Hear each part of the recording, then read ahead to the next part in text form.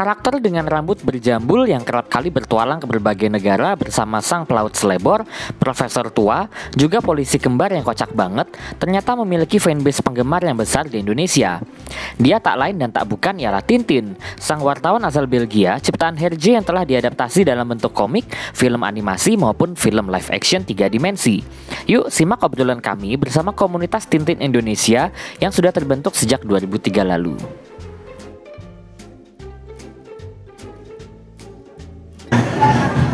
Jadi komunitas Tintin Indonesia itu awalnya terbentuknya dari beberapa penggemar musik klasik rock. Jadi berawal dari Yahoo Group, Rilis, itu pertama kali ada emailnya itu tanggal 13 Juni 2003. Nah ternyata dari beberapa penggemar musik itu menggemari komik sehingga mereka membentuk suatu grup. Awalnya hanya ada belasan orang, tapi terus dari Yahoo Milis itu karena banyak dapat liputan, akhirnya berkembang juga di Facebook dan Instagram. Sekarang membernya sudah hampir 6.000 orang di seluruh Indonesia berarti ya? Membernya seluruh Indonesia dan ada beberapa member yang orang Indonesia tapi tinggal di Eropa, ada yang di Australia, ada yang di Jepang.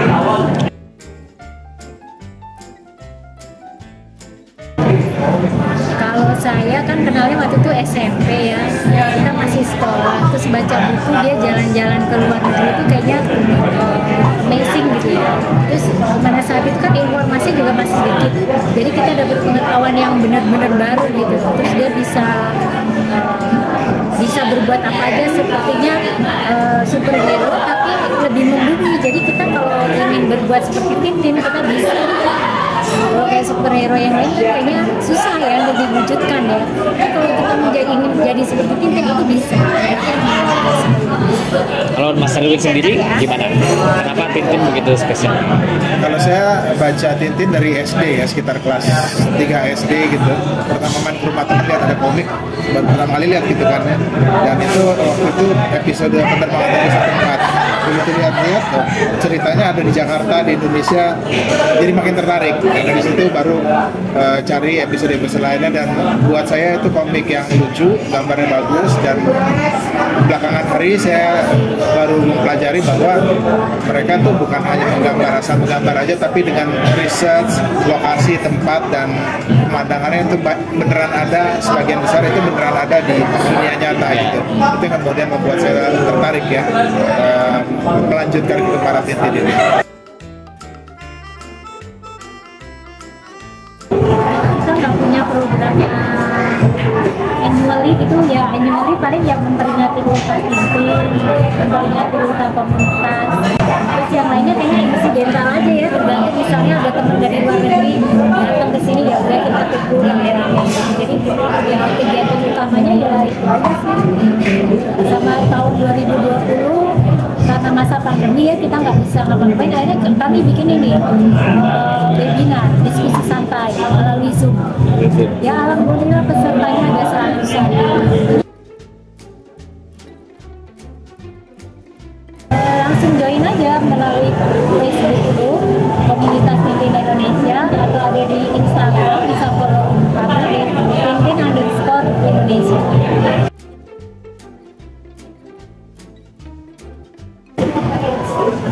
Kalau kolektor masing-masing dari kami kayaknya fokusnya beda-beda ya. Ada yang sukanya ngumpulin buku doang, ada yang sukanya figurin doang. Figurin juga ada yang orang-orangnya doang. Atau dia nggak mau koleksinya villain, maunya yang tokoh utama aja. Ada juga yang koleksinya mobil-mobilan. Tapi ada juga yang koleksi semuanya.